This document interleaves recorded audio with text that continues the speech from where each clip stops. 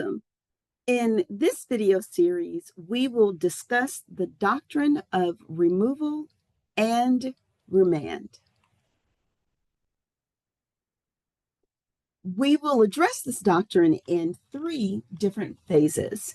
Each phase corresponds to one of three governing rules. Phase number one is the power phase, which corresponds to the rule of the jurisdictional gate. That is, a case is removable only if it could have been filed in federal court originally. And that's under 1331, 1332, sometimes 1367, right? Our second phase is our procedure phase. And that phase corresponds with the rule of roles and power. In that phase, we will address the plaintiff being the master of the complaint, which means that the rule of removal is one that is defendant specific.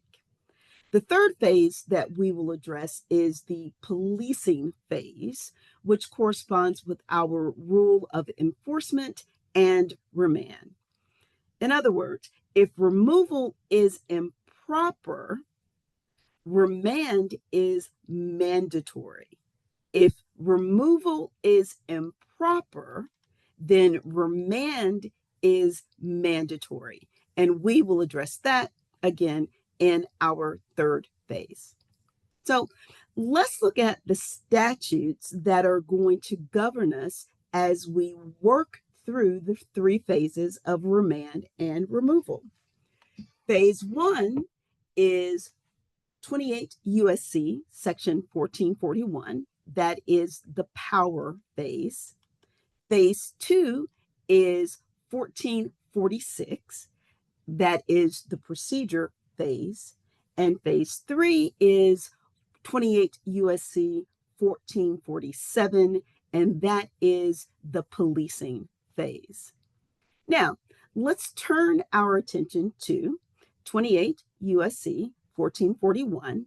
That is our power phase. That is going to address our when and our what. That is going to address our when and our what. Well, let's read 28 U.S.C. 1441 and let's start with A. Except as otherwise expressly provided by Act of Congress, any civil action brought in a state court of which the district courts of the United States have original jurisdiction may be removed by the defendant or defendants to the district court of the United States for the district and division embracing the place where such action is pending. Let's slow down just for a moment. Except as otherwise provided by Congress means that Congress sometimes forbids removal entirely, like certain workmen's compensation or security cases, right? So that's why we have the exception clause at the beginning of 28 U.S.C. 1441. Any civil action of which the district courts have original jurisdiction. Well, we know what those cases are, right?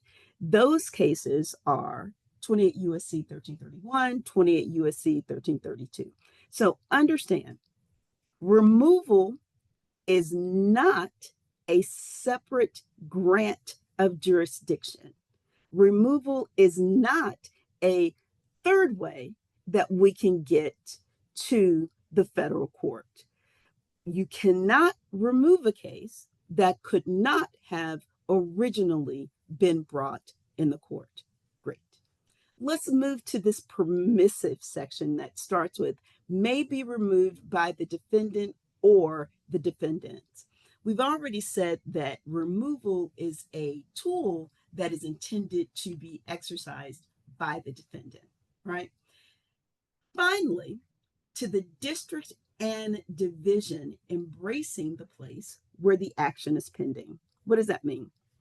In other words, what the statute is saying is that, one, You cannot remove a case across state lines, right? So if a state case is filed, state court, defendant or defendants want to remove that case to federal court, it's going to be within the federal court that's in that state.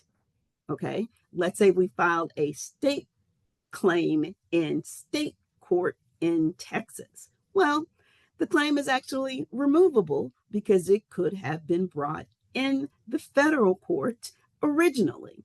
So if I'm a defendant or if I am defendant and we consent to the removal will be to a federal court in Texas. Can't be a federal court in Oklahoma or federal court in California. So that's the first part of what that provision is speaking to. What about the division? Because it says district and division. What's the division that's embracing the place where such action is pending? The division refers to a smaller geographic unit within the federal district, right? It is the smaller geographic unit within the federal district. So what does that mean? That means that if I'm in a state that has more than one federal district, like Louisiana or like California or like Texas, right? Which of the divisions, right, where geographically in that state territory would the removal take place to? Oh, I see. For instance, let's use Texas. This is a case that there is concurrent jurisdiction, which means I could file it in the state court or I could file it in the federal court. And as the plaintiff, I choose to file it in the state court. Great. Defendant says, no, I think I'd rather be in the federal court. For illustration purposes, let's say that we filed the case in Dallas County, which is in North Texas. The removal, of course, would have to be to a federal district in Texas. But since we are in the northern geographic of Texas, the case would be removed to the northern division of Texas. Get it? So that's what they mean by division and district. All right, let's keep moving. We are moving. The running case that we're going to use as an example so that we can apply this doctrine of removal and remand is going to be the Atvis versus Amico Production Company. That's the Atvis versus the Amico Production Company. There is, well, there's a lot going on in this case, and we're not going to get down to the nitty gritty of the facts because we don't need to really get a good working understanding or a good visual understanding of the removal and remand doctrine, but we'll get deep enough. So just as a quick overview, here's some facts. The plaintiffs were individual Texas homeowners and landowners, right, who owned property in an affected part of Texas. The plaintiffs alleged that Amoco, which is an oil company, failed to do lots of things. Some of those things that the plaintiffs alleged that Amoco failed to do are theoried in tort. Some of the things that the plaintiffs allege that Amoco failed to do are theoried in contract. All right. But both the tort claims and the contract claims are state claims. So the plaintiffs filed in state court these various claims against Amoco. In its original complaint, the plaintiffs allege some language that the defendants are going to argue is the reason for their good faith removal to federal court. Now, what's that language? Here's the language. The plaintiffs expect the evidence will reflect that the damages caused by the defendants, that's Amico and others, are in violation of not only state law, but also federal law. Right there. Federal law. That was the foot in the door, or so says Amico and the other defendants. Now, procedurally, if you file in state court, you are allowed to plead your petition, which is the state court version of a complaint. You are allowed to plead in your petition generally. So you're not making specific allegations, but they have to be specific enough to put the defendant on notice as to what they're being sued about, but they don't need to be specifically named, right? So you may be able to get away with state law, right? Nothing more specific than that in a state petition. In federal court, what do we know? We know that you've got to specifically plead in your complaint because we understand the well-pled complaint, et cetera, right? We've talked about that. Federal law, just quote unquote, state law and federal law, wouldn't be enough to satisfy the pleading requirements in a federal complaint, but this is what we have, okay? So the landowners filed this very generally described allegations, state and federal law. Amico comes in and says, they said federal law, and because they said federal law, we are claiming federal jurisdiction, we are claiming removal.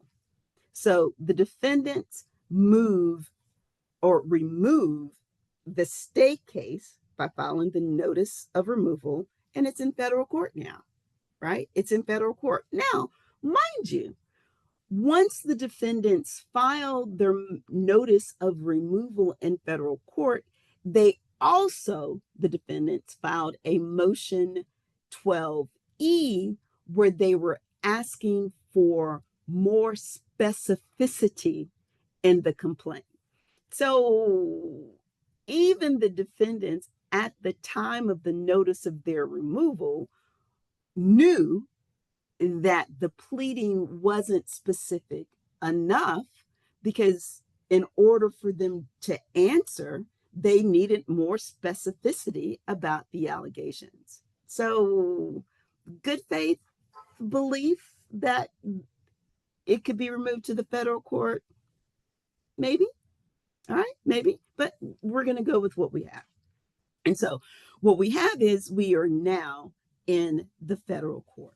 So there's a lot of things happening once we get to the federal court. Again, the defendants filed the 12E motion seeking identification of the federal law that they allegedly violated. The plaintiffs do have a series of amended complaints.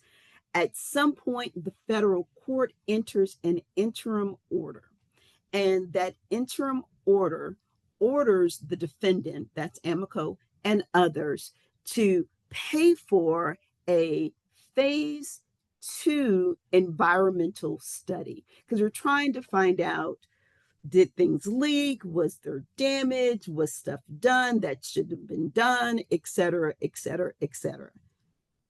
In addition to this environmental study that the federal court is ordering the defendants to provide, they're also, federal court is awarding $650,000 of interim attorney's fees against the defendant on behalf of the plaintiff.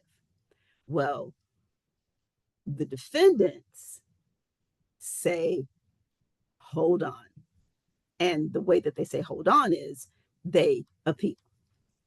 The appeal of the interim order goes up to the Fifth Circuit, where the Fifth Circuit finds a couple of things.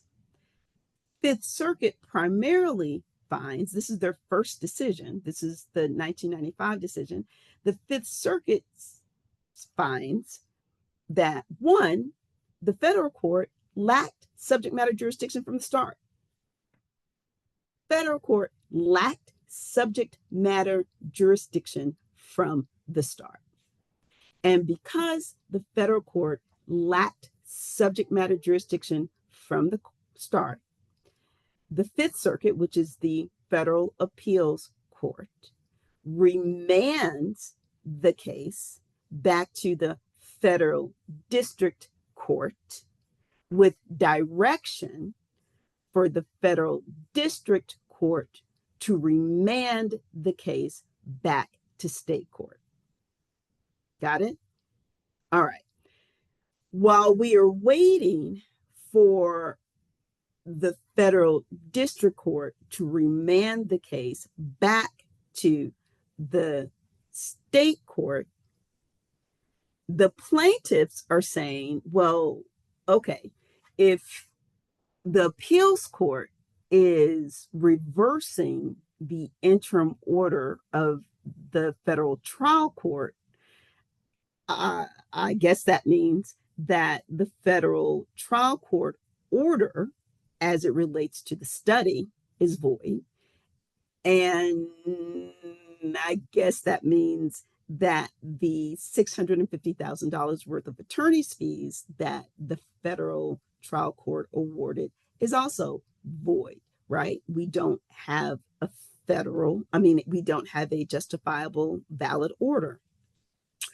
The plaintiffs urge the court to maintain the $650,000 in attorney's fees that was given in favor of the plaintiffs, because the plaintiffs are saying, well, the circuit court found that this was an improper removal, right? The Fifth Circuit, the appeals court found that this was an improper removal.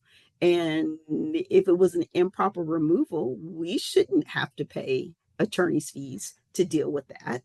So we still want the attorney's fees. And now they're asking for the attorney's fees not under 1441, which is the power and authority phase, but under 1447C, which we have not yet gotten to, which is going to be the policing statute, which allows for attorney's fees in some cases where the courts find that the removal was improper. Yeah.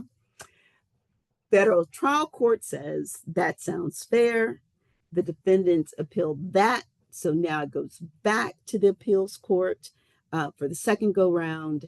And in the second go round, the appeals court said, no, right. The order that was initially given by the trial court, federal trial court, is void. So that means exactly what we say it means. It's void. That's as to the procuring of the environmental study and the payment of attorney's fees. And part of the reason we're going to deny these attorney's fees, in addition to the fact that the order's void, is that the appeals court felt that the plaintiffs worked to keep the case in federal court once it got there. And so technically, they didn't have clean hands. Whew, that was a lot of investment in these facts that we're really not going to go too deep into, but that's going to give you enough of an understanding of what's going on in this case. That's the advocates versus amico case, and how we're going to use this case to go through the three different phases, which are going to cover three different statutes: 28 U.S.C. 1441, 1446, and 1447. Now, let's get back to remand. What is the issue in the advocates case? Under 28 U.S.C. 1441, we're just getting started. May a defendant remove a state claim to federal court when the state claim mentions federal laws generally, right, as to the cause of the action? Just says so generally. It's not specifically pled. Well, let's go back to the well-pled complaint, which is going to yield this rule of law. 28 U.S.C. section 1441A says, we're going to go back to what we already read, except as otherwise expressly provided by an act of Congress, any civil action brought in state court of which the district courts of the United States have original jurisdiction may be removed by the defendant or defendants to the district court of the United States for the district and division embracing the place where such action is pending. And I read all of that, and I read it rather quickly. Why? Because the case was not removable under 1331 or 1332 to begin with, right? It was not removable as it relates to 1331 or 1332 to begin with. So the holding would have to be, no, the defendant, let's go back a slide. No, the defendant may not remove a state claim to federal court when the state claim mentions generally federal laws, because that, as it is written, if that is what is pled, that would not be enough to substantiate either diversity jurisdiction or federal question jurisdiction, right? See how it's all coming together. Isn't this exciting? Oh my goodness, it all comes together. So let's move from 28 U.S.C. 1441A and let's go to 28 U.S.C. 1441B, because what we've learned is that there's generally some specific provision regarding diversity jurisdiction. Generally, there is some specific provision regarding diversity jurisdiction. And what we're going to see in 28 U.S.C. 1441B is that Congress has structured this section into two separate parts. 28 U.S.C. 1441B is addressed into two separate parts. Here's the first part. 1441B1 says this. In determining whether a civil action is removable on the basis of jurisdiction under 1332A, that's diversity jurisdiction, the citizenship of defendants sued under fictitious names shall be disregarded. I know that pause, intentional. What is it saying? It's saying that federal courts will ignore fictitious defendants, right? And why is the federal court going to ignore a fictitious defendant? Because if the defendant is unknown, then the citizenship of the defendant is unknown. If the citizenship of the defendant is unknown, you can't determine whether or not you have complete diversity. And so if I don't know the citizenship, I can't say that I have complete diversity or not, which means we're just not going to take it into consideration. Here is a perfect example. A perfect example is a class action suit where, let's say, some members, or let's just say one member of the class is known and named, and the other members are not named, right? So let's say we've got a class action suit and Jackson Austin is named, and Jackson Austin's citizenship is Texas.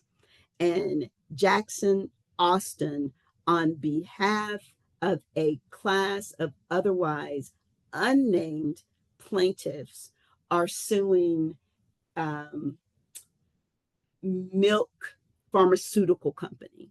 Okay. Milk Pharmaceutical Company has a principal place of business in Mississippi and has its headquarters in Delaware. Do I have complete diversity? Of course. On the plaintiff side of the V, that's the versus, I have Texas. On the defendant side of the V, I have Mississippi and Delaware. I look at both sides. I don't have a duplication. That's complete diversity. Well, hold on a second, though, but wait a minute. You've got all of these other members of the class. How do we know that these other members of the class who are not named don't, in fact, share citizenship in Delaware or citizenship in Mississippi? Well, we don't know. So, how are we going to treat that? We're going to ignore it. Get it? So, that's one of the provisions under 1441 B1 when it comes to diversity. What's the second provision? The second provision is so well known, I call it its own rock star. The second provision is 28 U.S.C. 1441 B2, and that is called the Forum Defendant Rule. The Forum Defendant Rule. Let's read it.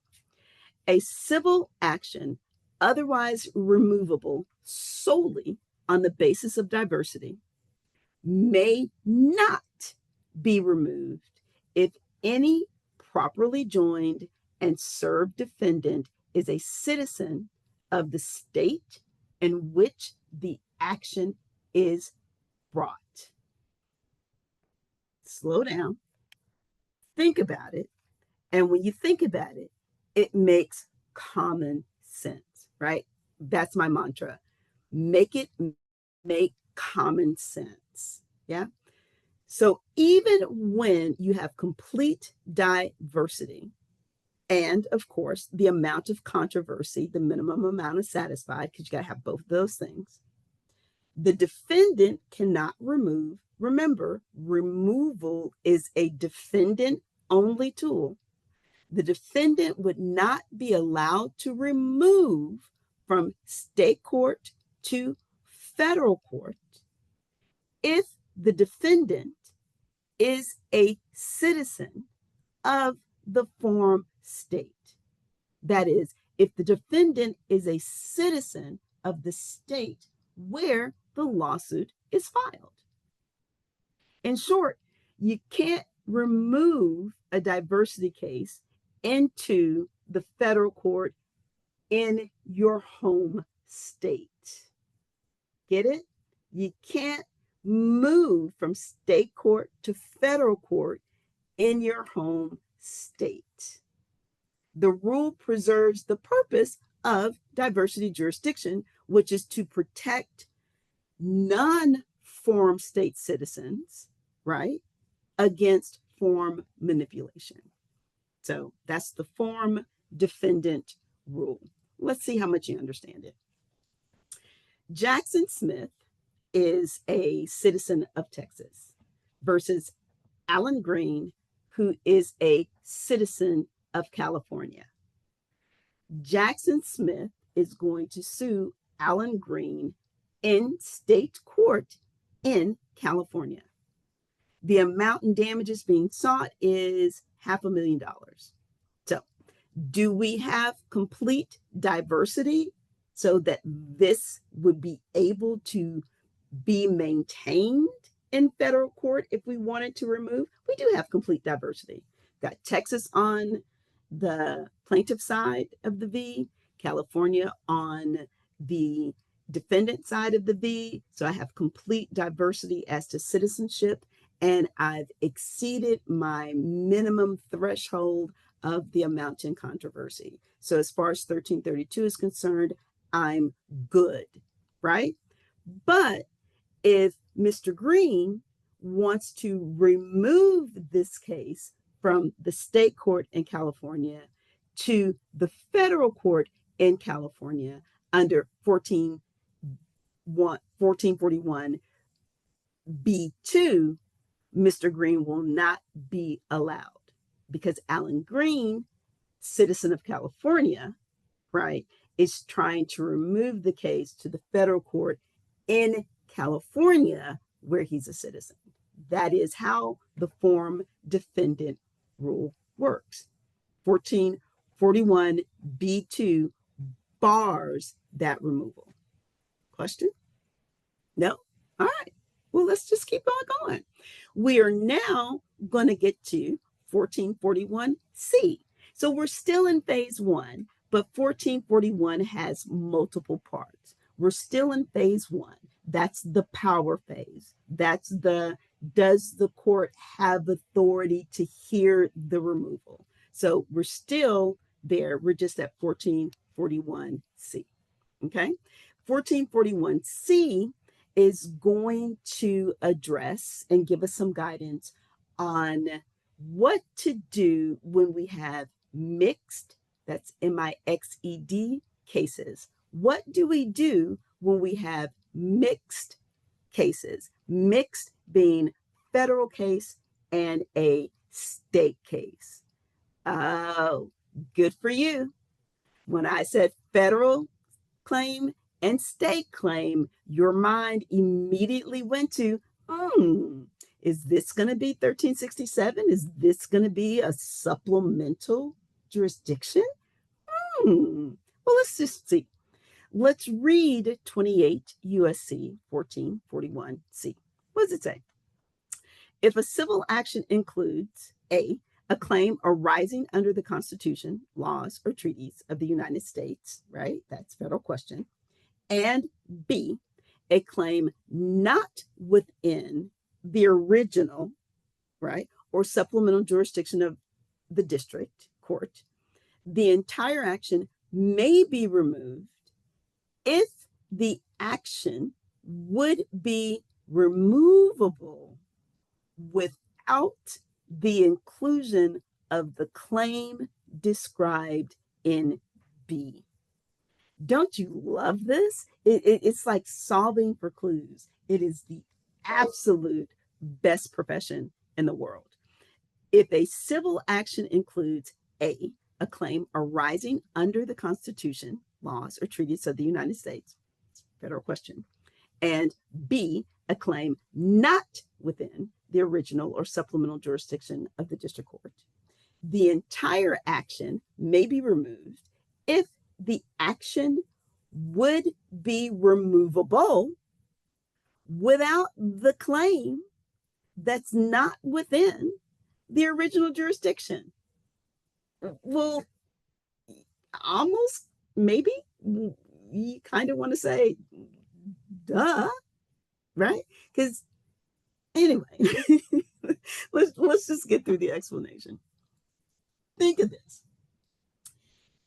Think of 1367 as a statute that keeps federal and state claims together. But 1367 only works once the case has already been removed. Okay? It lets a federal court keep a state claim that shares a common nucleus of operative fact with a valid federal claim. What's a valid federal claim? Well, that's a claim, in this instance, that arises under the Constitution, laws, or treaties of the United States. Right? State claim. That's really, federal claim. Easy. Yeah?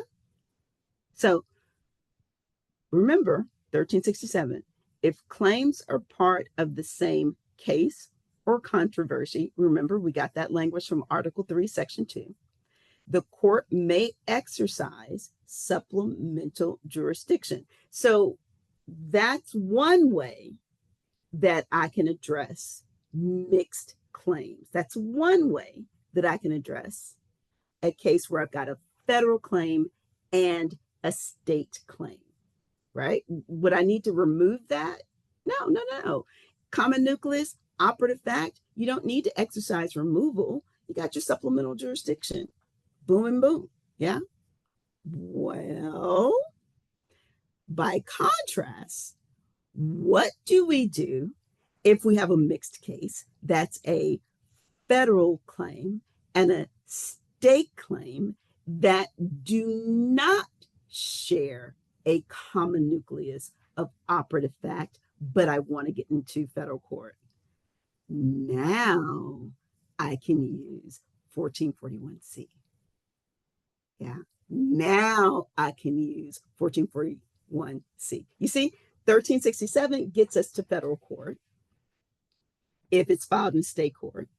If I have a common nucleus of operative fact between the federal claim and the state claim, right?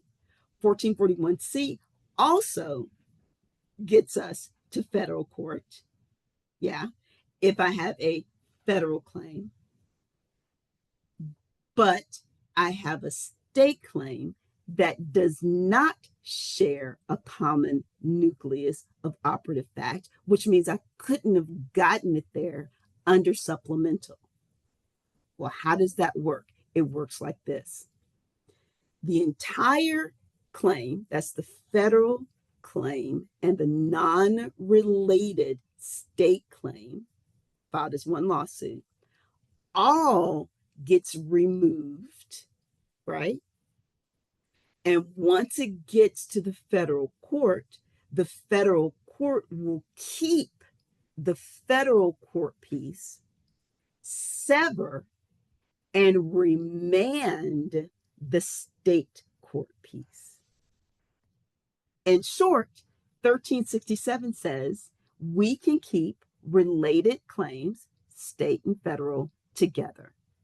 1441C says we can remove a case that has a federal claim from state court and bring it into federal court, but we'll send the unrelated claims back to state court. I know, so good. This one has different moving parts. So let's just do a real quick illustration. Example A. This is going to be supplemental jurisdiction. Plaintiff sues in federal court for count 1, federal civil rights claim, count 2, a state law battery claim, which is a state tort, right? It arises from the same police encounter, right? So if it's going to be the same police encounter, that's going to be the same transaction or occurrence. If it's the same police encounter, it's going to involve the same parties, right? And if it's the same police encounter, then it's going to share some, at least, of the same facts. These claims are going to share a common nucleus of operative fact, which means that the federal court will be able to hear both of the cases under 1367, which is our supplemental jurisdiction. Nice way to review supplemental jurisdiction, right? Example B, removal under 1441C. Plaintiff files in state court, count 1, federal civil rights claim under 1983, count 2, a completely unrelated state law breach of contract claim became the same parties. That's supposed to be parties. The federal court has jurisdiction over count 1, but not count 2. Count 2 is considered not within the original jurisdiction of the federal court, and it is not going to be able to be qualified for federal court under supplemental jurisdiction because they do not share a common nucleus of operative facts. So is the defendant stuck in state court? No. The defendant may remove the entire case under 1441C1, right?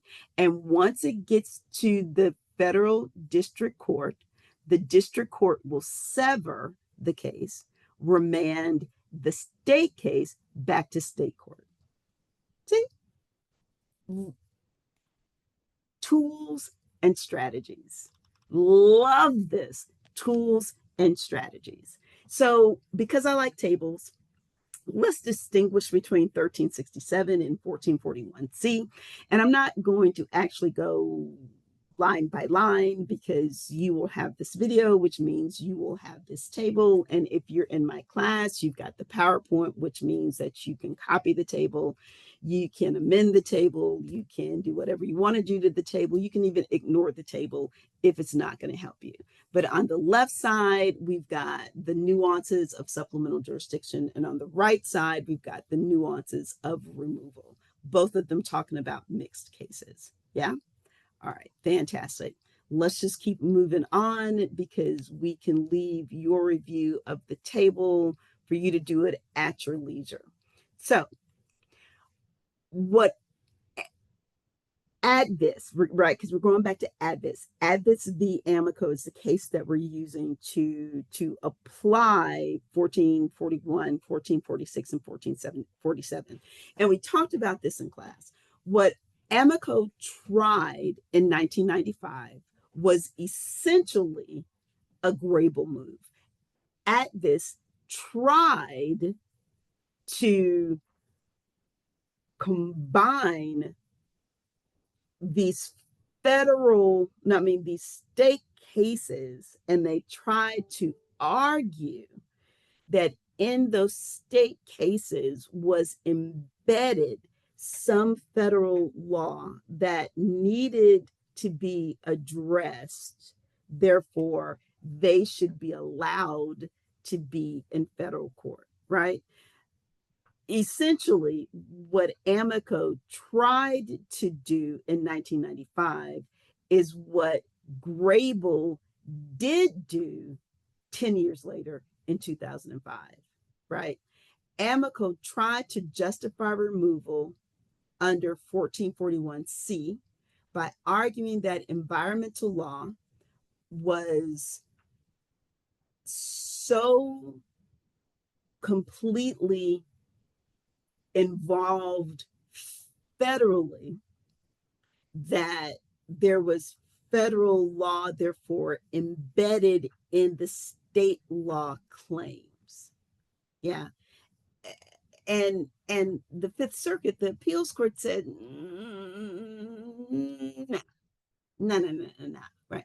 Federal jurisdiction must be evident from the face of the complaint as filed in state court, and it wasn't, right?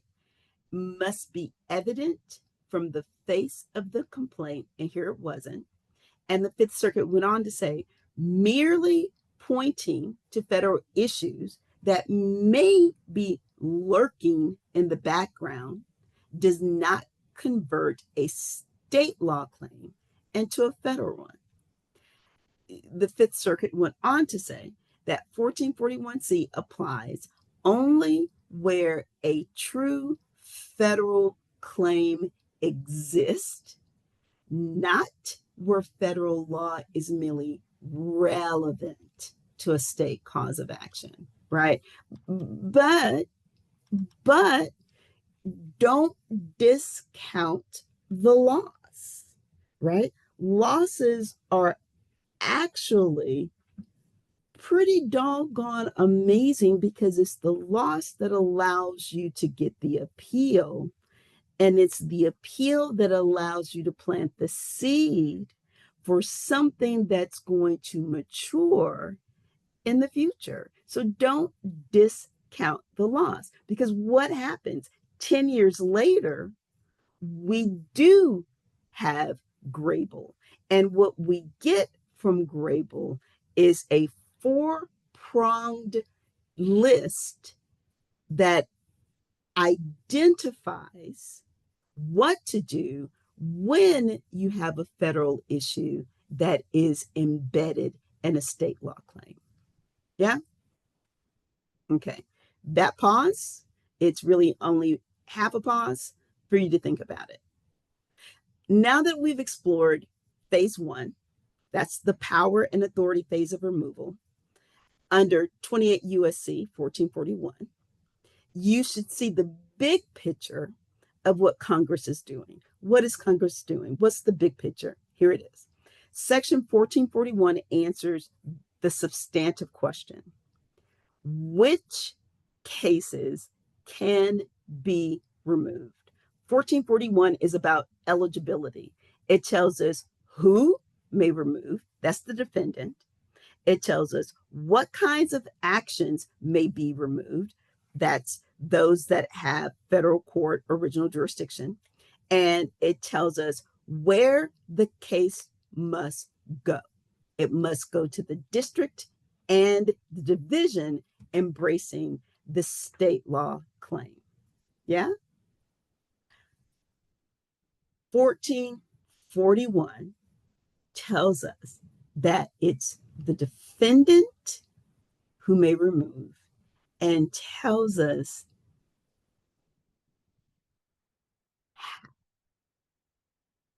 yeah, amazing. Absolutely freaking amazing. That's 1441. Where do we go next? Well, we're going to end phase one. Who may remove? The defendant. What kinds of actions? Those that could have been brought under the original jurisdiction of the federal court. Where does the case go? It goes to the district and the division, right, that represents the geographical region of the state where the case was originally filed. Amazing. We're going to stop this video right there at the end of phase one. The next video will pick up where we've left off in the doctrine of removal and remand, but we will pick up not in 1441, which is the power phase. We will pick up in 1446, which is the procedure phase. That's phase two. Look forward to seeing you on the next video.